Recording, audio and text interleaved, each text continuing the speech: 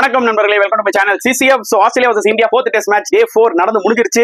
And super day of test cricket தாங்க நம்ம பார்த்தோம். செம்ம என்ஜாயபிளா இருந்துச்சு. சோ இந்தியா வந்து லாஸ்ட் விக்கெட் வச்சுட்டு ஸ்டார்ட் பண்ணாங்க. 10 ரன்ஸ் தான் ஆட் பண்ண முடிஞ்சது. சோ ஆஸ்திரேலியாக்கு வந்து ஒரு வேல்யூபிள் 105 ரன்ஸ் லீடு கிடைச்சது. And end of the day 4 333 runs இருக்கும் லீட் எடுத்துட்டு போயிருக்காங்க. But we have to give huge credit to the Indian பவுலர்ஸ்ங்க. சும்மா ஃபயரா உள்ள வந்தாங்க. ஈவன் சிராஜ் கூட சூப்பரா போட்டு 3 விக்கெட் எடுத்தாரு. And always pick of the bowler எடுத்துக்கிட்டா ஜஸ்பிரீத் பும்ராங்க உயிரை கொடுத்து மறுபடியும் சூப்பரா போட்டாரு. கிட்டத்தட்ட 24 ஓவர்ஸ் இந்த டேல போட்டிருக்காரு. 4 விக்கெட் எடுத்தாரு. இன்ஃபேக்ட் 5 விக்கெட் எடுத்துக்கணும். அன்பார்ச்சுனேட்லி லாஸ்டா பாத்தீங்கன்னா நோ பால் போட்டாரு. பட் ஸ்டில் ஃபேபுலஸ் எஃபர்ட்ங்க, அதுல எந்த டவுட்டுமே கிடையாது. ஆனா ஒரு க்ரூஷலான ஒரு பார்ட்னர்ஷிப் ஆஸ்திரேலியா கிரியேட் பண்ணாங்க ஃப்ரம் லாபிஷனி அண்ட் கமின்ஸ். அது வந்து பாத்தீங்கன்னா ரொம்பவே வந்து இந்தியாவை பயங்கரமா பாதிச்சது.